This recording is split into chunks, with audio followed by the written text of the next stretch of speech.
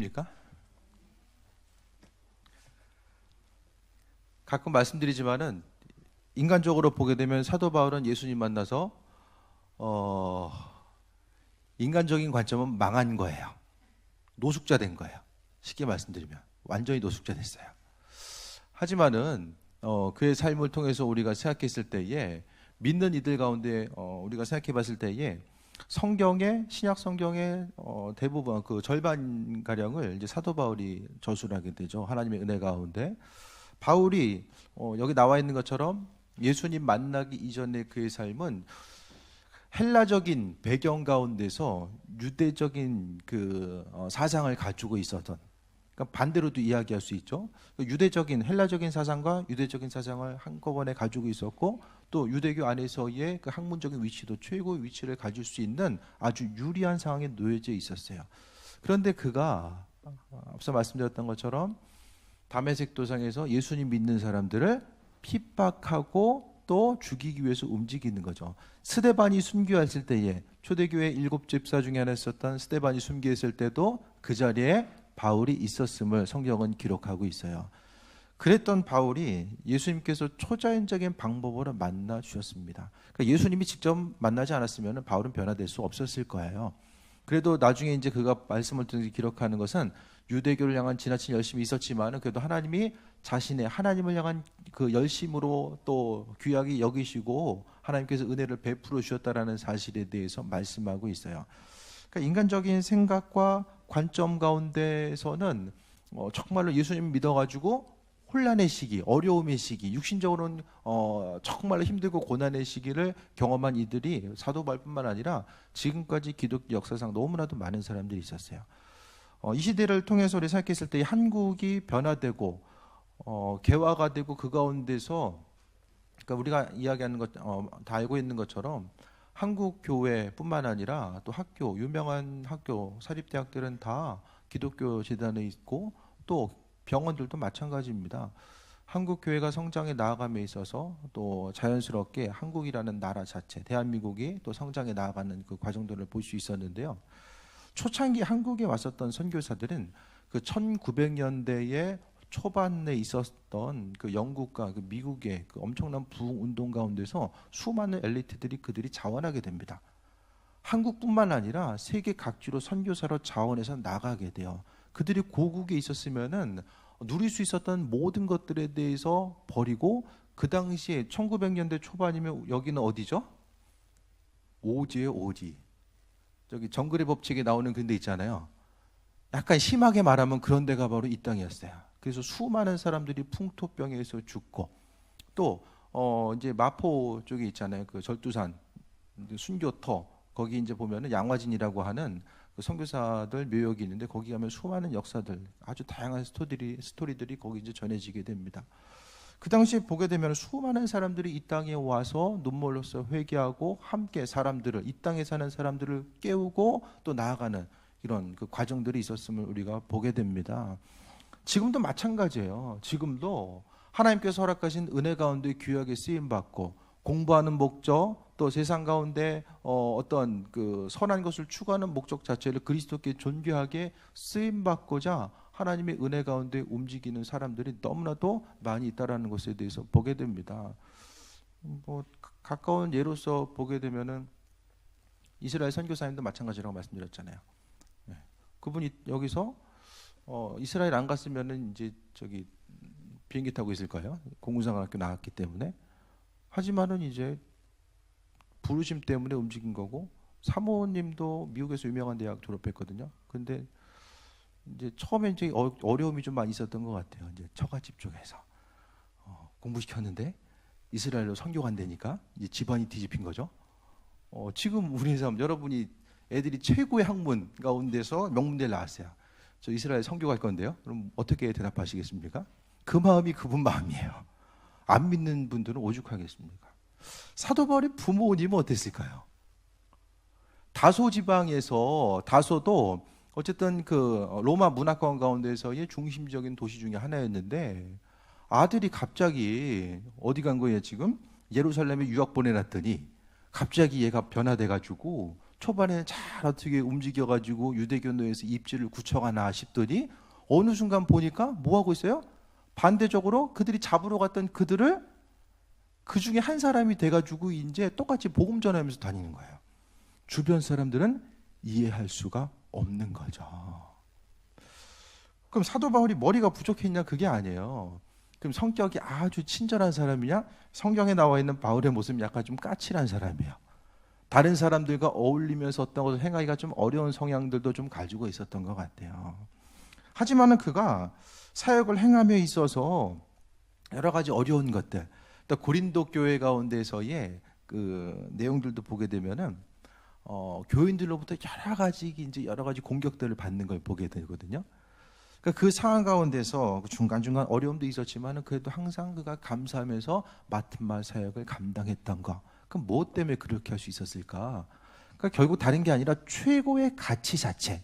그러니까 바울 사도는 그리스도 예수를 전하는 데 있어서의 최고의 가치를 두었기 때문에 그렇게 할 수 있었던 거예요. 가지고 있는 것을 포기하면서 나아가는 것도 마찬가지거든요. 우리가 가지고 있는 것을 포기할 수 있는 것은 그만큼의 더 큰 가치를 발견했기 때문에.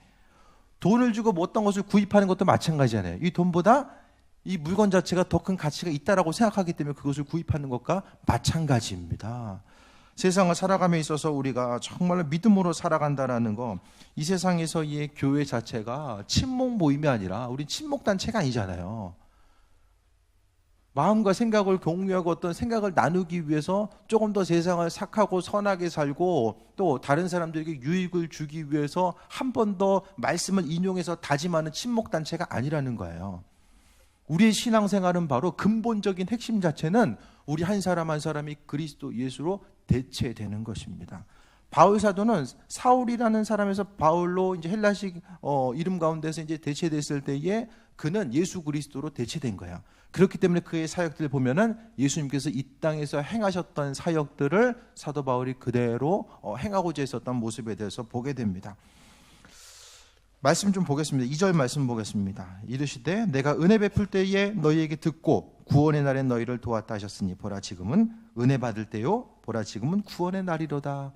날마다 힘들고 버거운 때를 사는 것이 아니라 사도 바울이 선포했던 것처럼 지금은 은혜 받을 때고 구원의 날입니다. 하루하루 후회와 아쉬움과 걱정, 근심에 의해서 물들이기에는 시간이 너무나도 빨리 지나가요. 이 빠르게 지나가는 시간 가운데서 하나님의 은혜를 누리기에도 부족한 이 시간에 근심 걱정하면서 방황할 여유 자체는 우리에게 없습니다. 바울이 오늘 본문을 통해서 하나님의 은혜를 이야기하고 있어요. 근데 고린도 후서를 통해서 자신이 고생한 거를 왜 이야기하냐? 고린도 교회 가운데서 사도 바울 자신이 이제 개척한 교회잖아요. 그런데 바울을 공격하는 사람들의 무리들이 많이 있었어요. 그것은 이단의 사상을 가지고 있었던 이들이 교회에 있을 수도 있고, 바울이 이제 좀 까칠하게 좀 목회를 해가지고 사람들이 이제 바울이 없어지니까 좀 들고 일어났다. 혹지 않은 이렇게도 이야기할 수 있어요. 하지만 그 가운데서 볼 수 있는 것은 자신에게 있어서의 자랑을 이야기하는 것은 결국 내가 사도다라는 거, 교회를 주님의 몸된 교회를 위해 헌신하고 수고하고 교회를 사랑하고 있는 사도라는 사실에 대해서 알리고자 자신에 대해서 자신이 행한 그 사역적인 것들에 대해서 고난에 대해서 이야기하고 있습니다. 3절에 우리가 이 직분이 비방을 받지 않게 하려고 무엇이든지 아무에게도 거리끼지 않게 하고, 직분의 비방을 받았어요. 바울은 사도라고 하면은 예수님을 만난 사람, 예수님으로부터 직접 가르침을 받은 사람이 사도라고 초대교회 가운데 인정을 했어요. 근데 바울은 예수님 만났어요. 근데 예수님 만난 거 누구만 알아요? 본인만 알아요. 하늘에서 빛이 비칠 때에 바울만 본 거예요. 주변 사람들은 빛을 보지는 못했어요. 그러니까 자신의 사도됨에 대해 증명할 수 있는 것은 자신밖에 없어요. 그러니까 사도 바울의 삶이 그리스도 예수께서 그를 만나 주셨음을 증명하고 있음에 대해서 보게 됩니다. 직분이 비방을 받지 않게 하려고 계속해서 비방과 어려움을 당하고 있으니까 신앙생활하면서 경험하게 된 많은 어려움들이 있을 수 있거든요. 그러니까 그리스도 예수로 대체되지 않으면은 내가 주님을 통해서 조금 더 세상을 쉽고 편안한 삶을 살기 위해서 신앙생활하면은 어려움 당할 게 없어요. 이 땅에서 고난 당할 게 없어요. 하지만은 그리스도 예수로서, 한 사람의 그리스도 예수로서 살아가기 위해서는 고난과 어려움이 있게 됩니다. 바울의 삶의 여정을 통해서 우리가 생각했을 때에 그가 유대교의 그늘 아래 있었으면은 그냥 대학자 됐을 거예요. 학자. 헬라적인 감각을 가지고 있었던, 헬라어에도 능통했기 때문에 동서양을 연결할 수 있는 그 온전한 입지를 가지고 더 나아갈 수 있었어요. 유대교에 대해서 지나친 열심을 가지고 있었다는 것은 자신이 할 수 있는 최대한의 노력과 헌신을 통해서 집중했다는 것을 이야기하거든요. 그런데 그런 그가 예수님 만나가지고 고난당했는데 그 고난 때문에 후회하거나 또 내가 옛날에 좋았는데 그런 얘기가 전혀 나오지 않아요. 원망과 불평의 내용도 전혀 나오지 않아요. 왜 그랬을까? 그 온전한 가치가 무엇인지를 알았기 때문입니다. 믿는 자로서 오늘 본문을 통해서 나와 있는 것은 사도 바울뿐만 아니라 그 당시에 예수 그리스도를 선택한 수많은 사람들은 고난을 받게 됩니다. 예수님 돌아가시고 나서 주 이제 부활하시고 나서 이제 서기 40년, 서기 40년에 믿는 사람들이 세계적으로 1,000명 정도 됐어요. 서기 40년에 1,000명, 서기 100년에 바로 예수님 탄생 이후로 100년이 지난 거죠. 7,000명에서 10,000명 정도 봐요. 복음이 전파된 숫자가. 그러니까 성경에서 보게 되면 막 몇천 명씩 전도돼가지고 수많은 사람들이 바로바로 돌아왔을 것 같은데 이런 성장의 역사들, 과정들이 보여지게 됩니다. 300년, 200년이 됐을 때는 20만 명 가량, 주후 200년에 20만 명. 300년이 됐을 때 기독교가 공인되는 과정 가운데서 300년, 313년의 이제 그 모습을 보게 되는데 공인되었을 때가 500만에서 600만 가량이 이제 그리스도인으로서 살아가는 모습을 보게 됩니다. 그래서 이제 200년 정도 됐을 때는 기독교 공동체가 약 200곳에서 400곳 정도 보기도 합니다. 초창기에 예수님 당시에 요즘에 제가 이제 그 로마 사회와 문화에 대해서 이제 계속해서 좀 관심을 기울이고 보게 되는데 그 당시에 보게 되면 이제 사도 바울이 문화적인 배경 자체가 로마적인 문화권을 가지고 있잖아요. 이 당시에 신앙생활을 한다라는 거, 믿음을 가지고 있다는 건 뭐냐면은 금요일에도 잠시 말씀드렸던 것처럼 이 당시 종교와 사회는 하나예요. 지금은 종교와 사회가 일치되어 있지 않아요. 분리되어 있잖아요. 그 당시는 하나예요. 먹고 사는 것이 종교예요. 아침에 일어나가지고 가족끼리 가정에 있는 수호신을 향해서 기도를 해요. 종으로 있으면 주인이 만든 그 집회 가운데서 참여해가지고 움직이는 것이고, 또 길드라고 하는 그 어떤 협동조합이 있잖아요. 그 가운데서 모였을 때 회의를 시작하기 전에 어떤 종교적인 의식을 갖게 돼요. 학교에 입학하는 것도 마찬가지고 또 어떤 그 신전 중심으로 해서 여러 가지 경제 공동체가 움직여지거든요. 신전에 필요한 물품을 대는 일들, 또 여러 가지 이제 거기서 종사하는 사람들, 그것에 의해서 여러 가지 경제 활동이 움직여지게 됩니다. 그런데 특이하게도 이 당시에 보니까 이 당시에는 다신사예요. 성전에 보면 만신전이 있어요. 여러 가지 신을 갖다 놓고 로마가 세상을 정복함에 있어서 또 하나의 그들의 신들이 있잖아요. 그러면 그 신상을 로마 신전 안에 또 하나 그냥 갖다 놔요. 그냥 그대로 갖다 놔요.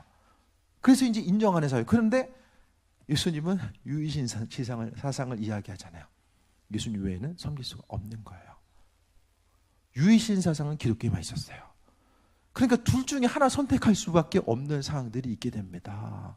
그래서 환난과 어려움의 모습, 그러니까 기독교 공동체에 있으면서 이제 그 로마 문화권 가운데 살아가기 위해서는 순교의 마음을 갖지 않으면 안 된 거죠. 그러니까 문제가 됐던 게 뭐냐면 로마 황제에 대한 숭배를 할 수 없었던 거예요. 황제에 대한 숭배에 대해서 하지 않는 것은 바로 나라에 대한 반역을 이야기합니다. 로마 문화권 가운데서 이 반역은 가장 중죄로 이제 처리되게 됩니다. 믿다가 잡히면 3번의 기회를 줬어요. 신앙을 버릴 수 있는 3번의 기회를 주고 버리지 않으면 계속해서 이제 죽임을 당하는 과정. 그 과정들이 바로 예수님 이후에 300년 기간, 공인되고서도 조금의 이제 더 환난과 어려움의 시기가 있었어요. 그런데 주 40년 1000명에서 300년에 600만 명의 사람들까지 확장되어 나가는 과정, 이런 기독교 시대의 극한 박해. 그러니까 박해가 쭉 이어지진 않았어요. 박해받다가 조금 평안한 시기가 황제에 따라서 조금 편안하다가 또 박해받고. 그러니까 사람이 계속 박해받으면은 거기 적응하면서 살게 되는데 박해받다 풀렸다. 사람도 제일 대학에 사는 사람, 대학이 힘든 사람들이 이랬다 저랬다 하는 사람이야. 어느 날은 그 높고 낮음, 기분이 좋고 나쁨이 계속 반복한 사람은 만날 수가 없어요. 정말 상대하기 힘들잖아요. 기독교 평화시기에 여러 가지 한 15년 정도 기반을 다져놔요. 그러면 한 10년 박해가 와요. 쑥대밭이 돼요. 또 숨어있다 나타나가지고 기반을 만들어놔요. 또 어려움이 와요. 이런 것들을 계속해서 반복되게 됩니다. 근데 한 가지 신기한 것은 그 로마라고 하는 그 강력한 문화, 그 국가 가운데서 어떻게 600만의 사람들이 기독교인으로서의 그 죽을 수밖에 없는 처절한 상황 가운데서 생존할 수 있었을까? 그 중에는 믿음을 버리는 사람들이 있었어요. 그런데 많은 사람들이 자신의 신앙을 지키기 위해서 생명까지라도 아까워하지 않았거든요. 여러분들도 그 기독교 문화권 가운데서 기독교인들이 사회생활을 하다 보면 또 부딪혀야 되는 여러 가지 문제가 있잖아요. 그 문제보다 수백 배, 수천 배는 힘든 상황들을 이들은 경험하면서 살 수밖에 없었다라는 거예요. 그 예 중에 한 사람이 또 사도 바울의 모습입니다. 복음을 전하고자 했을 때 믿는 사람들, 기독교인들을 아주 이상하게 봤어요. 로마 문화 가운데 어떻게 유일신? 아니, 그게 말이 되는 개념이야? 만신 사회에서 세계가 다 온 그 만신을 섬기는데 유일신을 이야기하니까 되게 신기하게 본 거예요. 그래서 저 사람들 상종하기 이상한 사람들, 정말 이상한 사람들이야. 그렇게 취급받으면서도 그들은 하나님 말씀대로 살아가기 위해 힘쓰는 모습을 보이게 됩니다. 그리스도 예수로 대치됐던 사람들은 사도 바울뿐만 아니라 초대교회 역사 가운데서 많은 사람들이 그와 같은 삶을 살았음을 보게 됩니다. 오늘 4절부터는 여러 가지 환난과 어려움을 이야기해요. 자신의 직분을 감당함에 있어서 환난을 이야기합니다. 모든 일에 하나님의 일꾼으로 자천하여 많이 견디는 것과 환난과 궁핍과 고난을 당했다라고 이야기합니다. 왜 고난당했어요? 하나님의 일꾼이었기 때문에 고난당했어요. 예수님 아니면 고난 안 당했을 텐데 예수님 때문에 고난당했어요. 환난과 어려움의 모습들, 하나님의 일꾼이었기 때문에 수많은 일들을 견뎌야 됐고 궁핍과 고난의 모습이 계속해서 찾아오게 됩니다. 사도 바울은 과정 자체가 어떤 힘들고 어려운 상황들, 먹고 사는 문제를 해결해야 되는 상황이 그게 아니었어요. 텐트 메이킹, 어떤 양탄자나 텐트를 만드는 그런 그 과정들, 그러니까 유대교인들은 하나의 직업들은 가지고 있었어요. 하나씩은 다 먹고 살 수 있는 직업들. 그러니까 그가 행할 수 있는 것들은 얼마든지 좀 풍요한 그래도 과정 가운데서 그가 성장했던 것 같아요. 그 풍요로운 가정 가운데 살다가 또 이렇게 고난당하니까 얼마나 더 상대적으로 핍박과 어려움의 모습이 강했을까라는 생각도 해보게 됩니다. 5절에 매맞음과 갇힘과 난동과 수고로움과 자지 못함과 먹지 못한 가운데서도 4절, 5절은 그가 이제 그리스도 예수를 통해서 믿고 나아가다 보니까 당했었던 수많은 환난과 어려움이 있어요. 왜 어려움에 자천했을까? 그는 자천한 거예요. 죄 짓고 도망가다가 어려움 당한 것도 아니고 어떤 스스로 조금 더 많은 것을 소유하기 위해서 어려움 당한 것도 아니에요. 그리스도 예수 때문에 고난에 자처했다라고 오늘 성경은 말씀하고 있습니다. 그러니까 유대인들의 최고 형벌은 돌에 맞거나 또 이제 매 맞는 것도 39대, 40에 하나 감한매, 40대 맞으면 율법을 범한 거거든요. 그래서 열심히 때리다가 이걸 가물가물해. 몇 대 때리는지 가물가물해. 혹시 40대 때려. 그럼 때린 사람이 율법을 범한 거예요. 그래서 39대만 맞았어요. 네. 그와 같은 과정들이 있는 거예요. 하지만 6절에 보니까 깨끗한 지식과 오래 참음과 자비함과 성령의 감화와 거짓이 없는 사랑과 진리의 말씀과 능력의 하나님의 능력으로 의의 무기를 좌우해 가지고 어려움이 있었지만은 그래도 그의 삶을 유지해 나가는 과정 가운데서도 하나님의 은혜 가운데 깨끗함이 있어서 심령의 깨끗함, 불평하고 원망하지 아니하고 또 지식이라는 것은 하나님께서 주신 지식 자체. 사도 바울이 성경 보면은 자신이 가지고 있었던 모든 것들에 대해서 배설물 같이 버렸다라고 이야기하잖아요. 나는 공부 안 해도 돼. 사도 바울도 다 배설물로 버렸어. 세상적인 사고와 방식을 버린 거예요. 유대적인 감과 헬라어 못했으면 어떻게 나가서 복음 전해요. 이방 지역에 나가서 어떻게 복음 전해요. 여러분도 부지런히 말씀에 대해서 공부하고 배워야지만 더 존귀하게 쓰임받을 수 있습니다. 오래 참음이라는 것은 하나님의 은혜 가운데 그분의 성품을 이야기하고 마음의 자비함과 성령의 인도하심을 이야기하고 7절에 보면 결정적으로 진리의 말씀과 하나님의 능력으로 의의 무기를 좌우해 가셨다라고 해요. 말씀과 능력, 기도와 말씀이라고 하는 이 두 가지를 가지고 나아가서 담대히 전하는 그 귀한 삶을 살았던 것에 대해서 말씀하고 있습니다. 그러니까 스스로 구비되고자 하는 그 상황 가운데서 하나님은 은혜 가운데 또 함께 하셨던 것, 것을 보게 됩니다. 그러면서 사도 바울이 이제 결론적으로 이야기하고 있어요.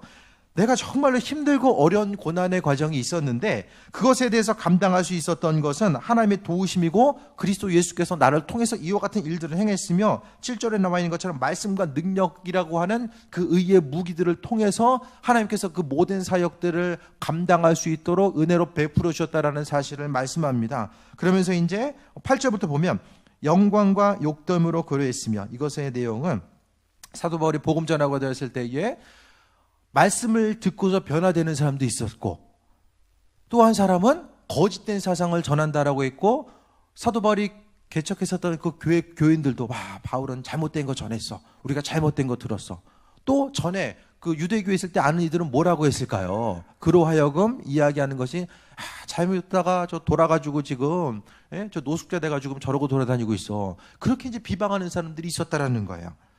악한 이름과 아름다운 이름으로 그러했으며, 자신이 경험했었던 악한 이름으로서 사람들이 불렀고 아름다운 이름으로서 자신을 부르는 사람들이 이분법적으로 나눠 있었다는 것을 이야기해요. 하지만 우리는 누구를 이야기하고 있어요? 우리는. 여러분, 이 우리가 되십니까? 8절 마지막에 우리는 이라고 이야기하잖아요.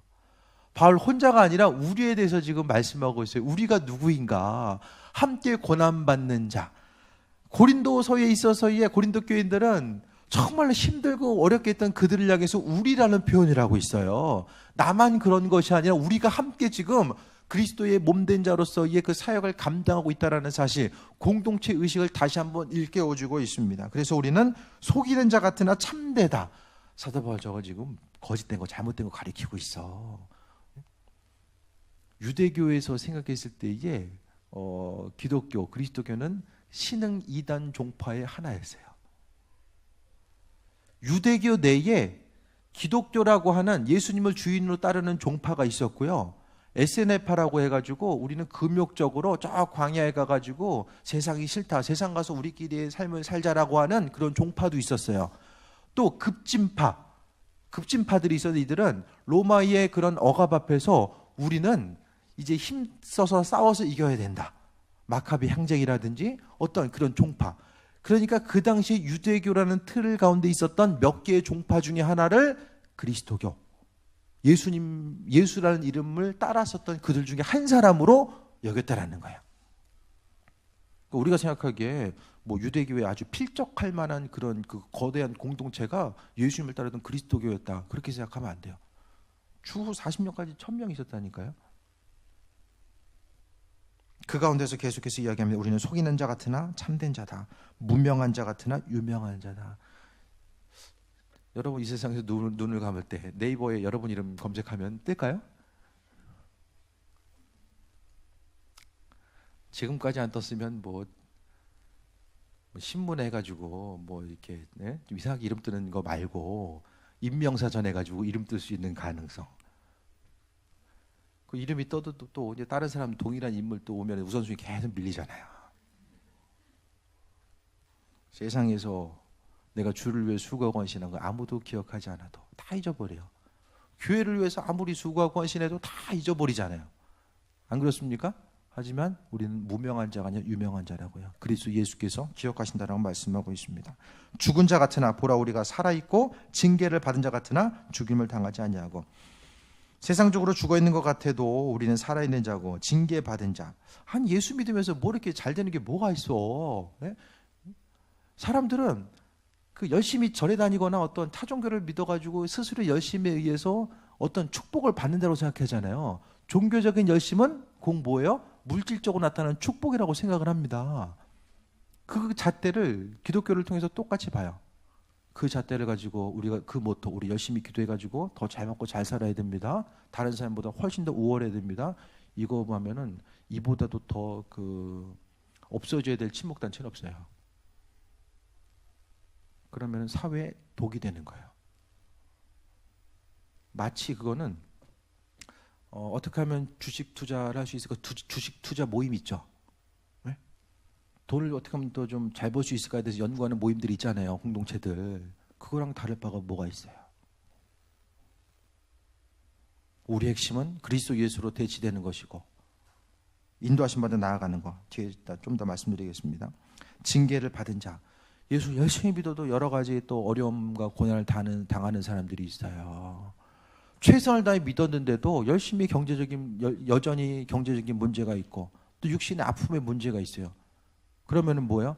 이 당시 유대인들은 육체적인 축복을 하나님의 축복으로 동일시 여겼습니다.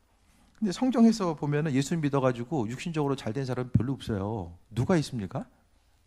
바나바 같은 사람이 있던 것도 다 팔아가지고 바치고, 초대교회 공동체들은 있는 거 다 팔아가지고 나눠주고 서로 낮은 데 있기를 자천하는 사람들이 많이 있었어요. 구약에서의, 다시 한번 말씀드립니다, 구약에서의 물질적인 축복을 이야기하는 것은, 구약은 영적인 것과 육적인 것들이 완전히 분리된 개념들 자체가 별로 없었어요. 그렇기 때문에 영적인 축복을 이야기하기 위해서 육적인 축복을 이야기하는 거예요. 욥이 2배로 축복받았다, 그것은 물질적으로 2배로 축복받았다, 그걸 이야기하는 것이 아니라, 물론 육체적인 축복도 있지만 그 본질적에는 하나님 허락하신 그리스도 예수, 하나님을 더 알아갈 수 있는 영적인 축복 자체를 더 언급하고 있습니다. 그래서 우리는 무명한 자가 아니라 유명한 자고 징계받은 자가 아니에요. 하나님의 은혜 가운데 나아가고 있는 아주 존귀한 사람들. 그러면 우리가 생각하고 있는 축복의 원리를 통해, 성경을 통해 보게 되면 예수님 믿고 싶습니까? 노숙자 되는데? 믿고 싶으세요? 믿는 자로서 축복이 뭐냐? 그리스도 예수를 통해서 우리가 누리고 그분의 은혜 가운데 세임 먹고 그분과 교제하는 거, 내 마음에 정말 유동함이 있을 때 그분의 손길을 통해서 내가 여전히 믿음을 지키고 있고 그분의 도우심 가운데 살아갈 수 있는 거, 이 땅 가운데 소망을 두기보다 하나님의 은혜 가운데 소망을 두고 살아가는 그 은혜. 10절 봅니다. 근심하는 자 같으나 항상 기뻐하고 가난한 자 같으나 많은 사람을 부유하게 하고라고 합니다. 내가 가난한 것 같은데 다른 사람을 부유하게 하는 자다, 그것이 바로 우리의 모습이다라고 이야기해요. 내가 가진 게 있으나 없으나 다른 사람을 부유하게 할 수 있는 것은 내 가진 것으로 다른 사람을 부유하게 하는 것이 아니라 내 안에 있는 그리스도 예수께서 나로 하여금 일하시기 때문에 내가 행하고 움직이고 베풀 수 있는 것들은 그분께서 허락해 주시기 때문입니다. 근심하는 자 같은 항상 기뻐할 수 있는 것이 하나님의 은혜임을 말씀합니다. 성경은 주로 재봉 이야기하는 것이 주님으로 인한 고난의 모습을 더 많이 이야기합니다. 자원에서 고난받고자 하는 거, 세상을 살기 힘든데 뭘 자원에서 고난까지 받아야 되고 생각할 수도 있겠지만은 세상에서의 시간은 훈련받는 시간이고 너무나도 금방 지나가요. 5년, 10년의 모습이 정말로 금방 지나가게 됩니다. 올해도 벌써 이제 후반기를 향해 달려가고 있잖아요. 이 2달 있으면 올해도 이제 끝나게 됩니다. 시간이 점점 더 빨리 지나가는 이때에 정말 편안한 삶의 모습을 추구한 일도 많이 있지만 믿는 우리들에게는 주님께서 그리스도 예수로 인한 고난의 모습, 그분께서 담당하고자 했었던 그 부분을 우리에게 또 맡겨주셨어요. 예수 그리스도는 우리 한 사람 한 사람을 통해서 오늘 하루를 또 살아가고 있고 주변 한 사람 한 사람을 나 자신을 통해서 또 돕고 계심을 보게 됩니다. 고난 속에 있지만 내가 누구인가를 생각해 봐야 됩니다. 나는 누구인가? 세상을 살아가고 있는 나 한 사람은 누구인가? 어떤 목적을 가지고 살아가는가? 그러니까 중요한 것은 목적이 분명한 사람들이 깨어있는 사람들이에요. 하루하루를 그냥 시간에 흘러가는 세월에 내 몸을 맡기고 사는 것이 아니라 분명한 목적, 교회에 오는 분명한 목적, 또 세상을 사는 분명한 목적, 또 가족 공동체를 묶여있는 하나의 온전한 목적 자체가 무엇인지를 깨달아 알아야 됩니다. 신앙인들에게 있어 최고의 목적 자체, 또 그리스도인으로서 온전히 살아갈 수 있는 것, 그것은 바로 그리스도 예수 자체가 내게 있어서의 최고의 가치로 인식되었을 때만이 가능합니다. 그러니까 성경의 내용을 통해 사도 바울은 그리스도 예수가 최고의 가치였기 때문에 육신적인 고난, 그래 그것도 받을 수 있어. 세상에서 환난과 어려움 다 내가 감당할 수 있어. 원망하고 불평하면서 이를 갈면서 버틴 것이 아니라 기쁨으로 감당하고자 했었던 모습을 보게 됩니다. 왜? 그리스도 예수 때문에. 그분의 삶을 내가 살아가고 있다라고 그는 받아들이고 최고의 가치를 그리스도 예수로 두었기 때문에 이런 삶을 살 수 있었던 거예요. 말씀이 진리이고 말씀의 핵심이라는 것은 언제 할 수 있냐? 가장 중요한 건 죽어봐야겠지만은 이 세상을 사는 동안에도 얼마든지 그분은 그분의 살아계심과 인도하심 우리에게 비춰주고 계세요. 잘못된 목적지를 잘못된 곳으로 정하면 계속해서 달려가긴 하지만은 힘과 에너지가 소비가 돼요. 거기 간 이후에 이게 아니었네, 돌이켜야지 하면 다시 돌아와야 돼요. 하지만 시간 자체가 너무나도 짧다라는 거예요. 성경 말씀은 우리에게 있어서 길잡이와 또 온전한 가치와 목적이 무엇인지를 바로 제시해주고 있습니다. 우리가 사도 바울의 여정을 보면서, 바울을 보면서 참 불쌍하다, 그런 분 계세요? 성경 읽을 때 바울의 여정을 보면서 진짜 불쌍하네, 그거 아니잖아요. 믿는 자로서 온전한 삶을 살았음에 대해서 우리가 고백하잖아요. 그 우리의 삶은 어떻습니까? 세상 가치 물론 있어야 될 거, 필요한 것들이 있지만은 그것 자체가 우리의 목적은 아닙니다. 우리의 가진 것으로 인해서 가난한 자 같으나 많은 사람을 부유하게 한 자, 그것이 바로 사도 바울의 일생의 삶이 아니었나라는 생각을 해보게 됩니다.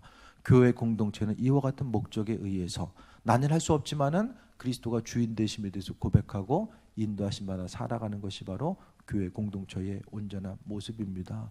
그리스도 예수는 어제나 오늘이나 동일하시고 우리의 삶을 통해서 움직이고 계신데, 신앙생활의 목적 자체, 세상에서 잘 먹고 잘 사는 것도 아니고 죽어서 천국 가는 것도 목적 아닙니다.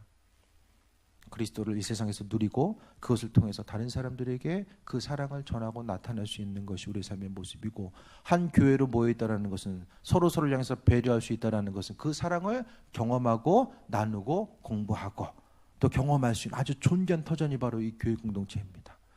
믿는 이들을 통해서 서로 섬기시고 섬김을 받고 섬겨주고 또 힘과 능력과 에너지를 통해서 세상에 나가서도 동일하게 그리스도 예수를 전하는 자, 이 하루하루의 삶이 모여서 우리가 바로 주님 닮아갈 수 있는, 또 주님을 최고의 가치로 여기고 그분으로 우리가 대체되는 그 귀한 삶을 살게 될 줄 믿습니다. 날마다의 삶을 통해서 그리스도의 은혜 가운데 자원하고 또 인도하심 받아 나아가는 귀한 삶이 되시길 축원드립니다. 기도하겠습니다. 하나님 사랑에 감사합니다. 사도 바울의 삶의 여정을 통하여서 삶에 있어서의 또 마음의 중심을 두어야 될 것, 온전한 가치가 무엇인지를 돌아보았습니다. 아버지 하나님, 우리가 있어야 될 것, 필요한 것들 말씀을 통해서 우리에게 다 허락해 주신다라고 약속하셨으니 그 약속 믿고 하나님 나라와 의를 위해서 나아갈 수 있는 귀한 삶이 되게 없어서 오늘 모인 한 사람 한 사람 기억하시고 영가육의 강건함 더하시고 하늘의 신령한 복과 땅의 기름진 복으로 더하여 주시며 무엇보다 그리스도 예수를 알아가고 주님과 교제하고 또 인도하심 받아 나아가는 그 온전함이 날마다 삶을 통해서 있게 하여 주옵소서. 예수님의 이름으로 기도했습니다. 아멘.